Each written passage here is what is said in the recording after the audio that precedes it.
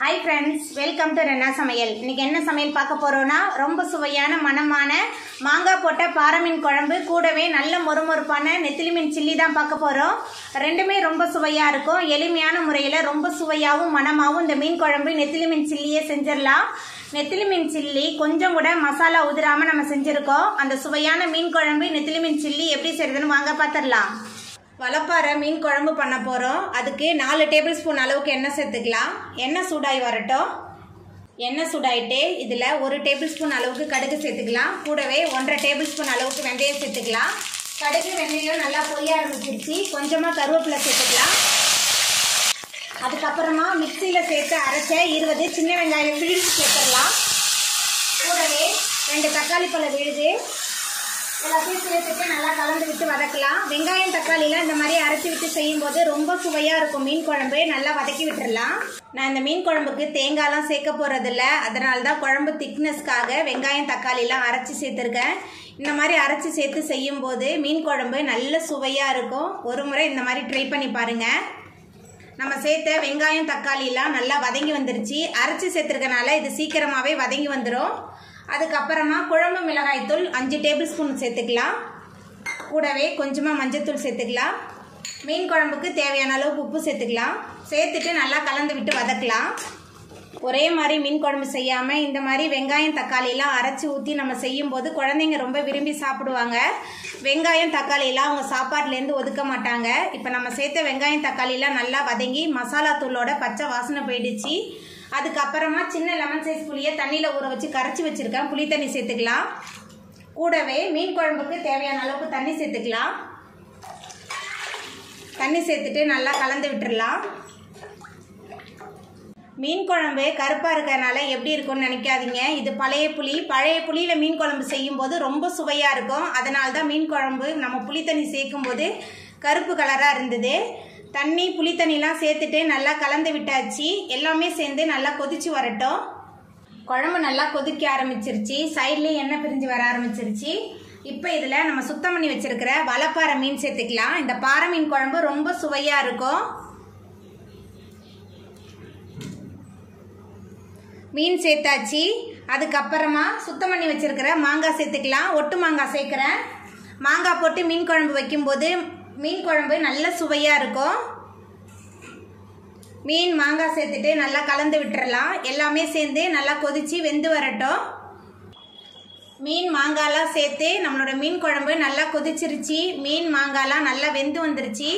ரொம்ப நேரம் கொதிக்க வச்சா மீன்லாம் உடஞ்சிரும். நம்ம மீனை இறக்கி வச்சுட்டு மூடி வைக்கும்போது அந்த சூட்லேயே மீன் குழம்பு நல்லா ரெடி ஆயிரும். ரொம்ப சுவையான வலப்பாறை மீன் குழம்பு அதுவும் மாங்காய் போட்டு சூப்பராக ரெடி ஆகிட்டு இப்போ நம்ம அடுப்பை ஆஃப் பண்ணிடலாம். நெத்திலி மீன் சில்லி பண்ணுறதுக்கு நெத்திலி மீனை சுத்தம் பண்ணி மஞ்சத்தூள் சேர்த்து வச்சுருக்கேன். இப்போ இதில் மசாலா தூள் சேர்த்துக்கலாம். குழம்பு மிளகாய்த்தூள் 1.5 டேபிள் ஸ்பூன், தனி மிளகாய்த்தூள் 1 டேபிள் ஸ்பூன், மிளகுத்தூள் 1/2 ஸ்பூன் சேர்த்துருக்கேன். எல்லாமே உங்கள் காரத்துக்கு தகுந்த மாதிரி சேர்த்துக்கோங்க. அதுக்கப்புறமா உப்பு சேர்த்துக்கலாம். கூடவே 1 டேபிள் ஸ்பூன் அளவுக்கு இஞ்சி பூண்டு விழுது எல்லாத்தையும் சேர்த்துட்டு முதல்ல நல்லா கலந்து வச்சிடலாம். நம்ம சேர்த்த மசாலா எல்லாமே இந்த மீனில் நல்லா ஒட்டி பிடிக்கணும். அதனால தான் முதல்ல மசாலா சேர்த்து நல்லா கலந்து வச்சுக்கிறோம். நம்ம சேர்த்த மசாலா நெத்திலி எல்லாத்தையும் சேர்த்துட்டு நல்லா கலந்து வச்சாச்சு. அதுக்கப்புறமா இதில் மாவு பொருட்கள்லாம் சேர்த்துக்கலாம். 2 டேபிள் ஸ்பூன் அளவுக்கு அரிசி மாவு சேர்க்குறேன். கூடவே 2 டேபிள் ஸ்பூன் அளவுக்கு சோள மாவு சேர்த்துட்டு நல்லா கலந்து வச்சிடலாம். அரிசி மாவு சோள மாவுலாம் சேர்க்கும்போது சில்லி நல்ல மொறுமொறுப்பாக இருக்கும். நல்ல சுவையாகவும் இருக்கும். குழந்தைங்க ரொம்ப விரும்பி சாப்பிடுவாங்க. நல்லா கலந்து வச்சிடலாம். முதல்ல மசாலா சேர்த்துட்டு நல்லா கலந்த பிறகு தான் நம்ம மாவு பொருட்களை சேர்த்து நல்லா மிக்ஸ் பண்ணணும். ஏன்னா முதல்லையே நம்ம மாவு பொருட்கள் மசாலா எல்லாத்தையும் சேர்த்துட்டு நல்லா கலந்துட்டோமா மீனில் மசாலாலாம் நல்லா ஒட்டி பிடிக்காது. அதனால் முதல்ல மசாலா சேர்த்துட்டு நல்லா கலந்த பிறகு அதுக்கப்புறமா மாவு பொருட்கள்லாம் சேர்த்து மிக்ஸ் பண்ணிக்கலாம். மாவு பொருட்கள்லாம் சேர்த்துட்டு நல்லா கலந்தாச்சு. இப்போ இதில் கொஞ்சமாக புளித்தண்ணி சேர்த்துக்கலாம். புளித்தண்ணிக்கு பதிலாக எலுமிச்சை பழத்தோட சாறு கூட சேர்த்துக்கலாம். நான் இன்னைக்கு புளித்தண்ணி சேர்க்குறேன். புளித்தண்ணி சேர்த்துட்டு நல்லா கலந்து வச்சிடலாம். புளித்தண்ணி சேர்த்துட்டு நல்லா கலந்து வச்சாச்சு. இப்போ மூடி போட்டு வச்சிடலாம். 2 மணி நேரம் நல்லா ஊறி வரட்டும். மசாலா சேர்த்து நம்ம மீனை ஊற வச்சு 2 மணி நேரம் ஆயிடுச்சு. மீன் நல்லா ஊறி வந்துருச்சு. இப்போ இதை நம்ம எண்ணெயில் போட்டு நல்லா பொரிச்சு எடுத்துடலாம்.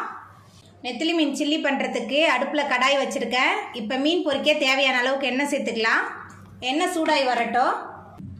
நெத்திலி மீன் பொரிக்கிறதுக்கு அடுப்பில் கடாய் வச்சு எண்ணெய் சேர்த்துருந்தேன். எண்ணெய் சூடாகி வந்துருச்சு. அடுப்பை மிதமான தணலில் வச்சு நம்ம சுத்தம் பண்ணி மசாலா சேர்த்து வச்சுருக்கிற நெத்திலி மீன் சேர்த்துக்கலாம். ரொம்ப சுவையாக இருக்கும் இந்த நெத்திலி மீன் சில்லி. குழந்தைங்க ரொம்ப விரும்பி சாப்பிடுவாங்க. பொரிக்க பொரிக்க காலி ஆகிடும். அடுப்பை மிதமான தணலில் வச்சு நல்லா பொரிச்சு எடுத்துக்கலாம். மீன் ஒரு பக்கம் நல்லா வெந்து வந்துருச்சு. நம்ம அடுத்த பக்கம் திருப்பிடலாம். பாருங்கள், மசாலாலாம் ஒன்று கூட உதிரவே இல்லை. ரொம்ப சுவையாக இருக்கும். ரெண்டு பக்கமுமே நல்லா பொரிஞ்சு வரட்டும். ரெண்டு பக்கமுமே நல்லா வெந்து வந்துருச்சு. நம்மளோட சுவையான நெத்திலி மீன் சில்லி ரெடி ஆகிட்டே இப்போ நம்ம எடுத்துடலாம். பாருங்கள், மசாலா உதிராமல் எவ்வளோ மொறுமொறுப்பாக வந்திருக்குன்னு சொல்லிட்டு இதே மாதிரி எல்லா நெத்திலி மீனையும் நம்ம போட்டு பொரிச்சு எடுத்துக்கலாம்.